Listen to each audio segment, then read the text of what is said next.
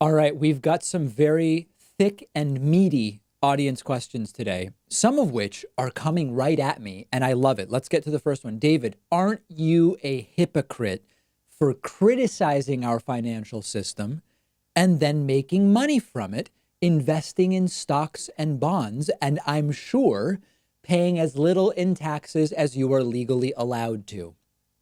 No, I am not a hypocrite. Listen, this has been explored in so many different ways. Why doesn't Bernie just pay more taxes and send checks to the IRS?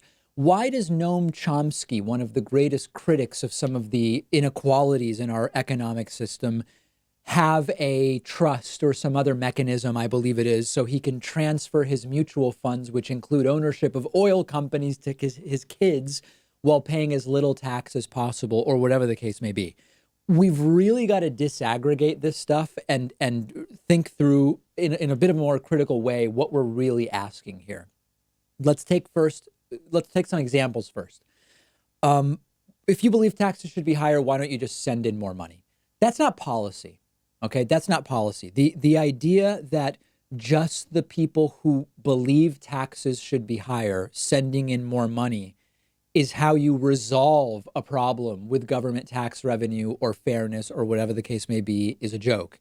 And in fact, if everybody isn't doing it, there is really no reason why one person would do it, because it wouldn't make a difference. And this is why a lot of these things need to be done collectively. The groups that like to say, just leave this stuff to charity. We don't need social safety nets. We can just leave it to charity. Well, maybe, but that's not policy. Maybe people are more generous versus less generous one year to the next. You can't fix problems in society predictably with that policy. So, here in Massachusetts, I think there's this option you have to pay a higher income tax rate. I think the income tax rate here is 5.05%, and you can pay like 5.8 if you want.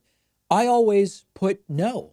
And in fact, I actually don't even think the state income tax needs to be higher. I think where we need more and higher tax brackets are federally, but that's a completely different question. Along the same lines, I am a person that exists in society.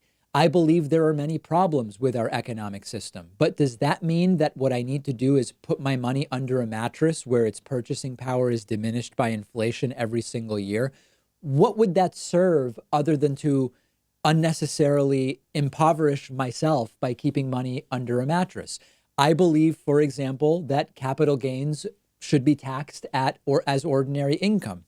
Does that mean that when I file my taxes and I only pay 15% on capital gains, I'm going to say, hey, you know what? Let me just send the IRS more money. No, that's not policy. There is no hypocrisy as long as you are not, advocating for nonviolence and being a violent person, right? I mean, that we can find these types of hypocrisies that would be different, but recognizing that we exist in a certain financial system, we are people, we have a desire for well-being and whatever else, and we are going to play by the rules that are there while explaining that at a societal level, we would be better off if the rules were changed is not hypocritical. And again, the example of Noam Chomsky having a trust I forget the exact response he had when he was called out on this. Some reporter said, you talk about inheritance taxes and this and that, but you invest in mutual funds that hold pieces of oil companies and also have a trust to give money to your kids.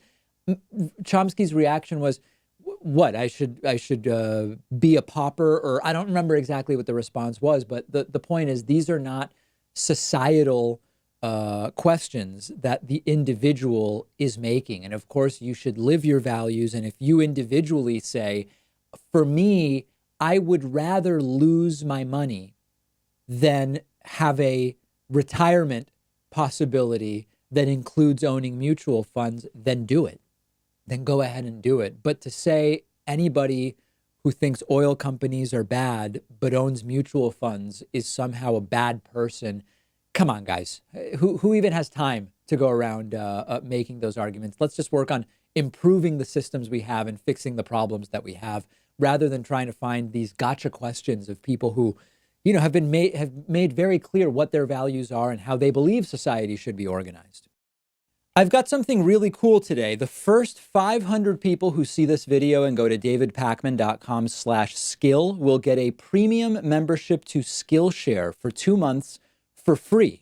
Skillshare is the online learning community offering thousands of classes on almost anything you can imagine. Everything's taught by experts. The classes get split up into bite-sized lessons. So even if you're really busy like me, you can fit Skillshare into your schedule. There are classes on drawing, painting, photography, video editing, web design, running a small business, and that's not even scratching the surface. I got some great ideas from a recent class I took called YouTube Success. And even though we've been on YouTube for years, I still got a lot out of it. They have classes for every skill level, whether you want to get better at something you're already experienced in or you want to explore something totally new.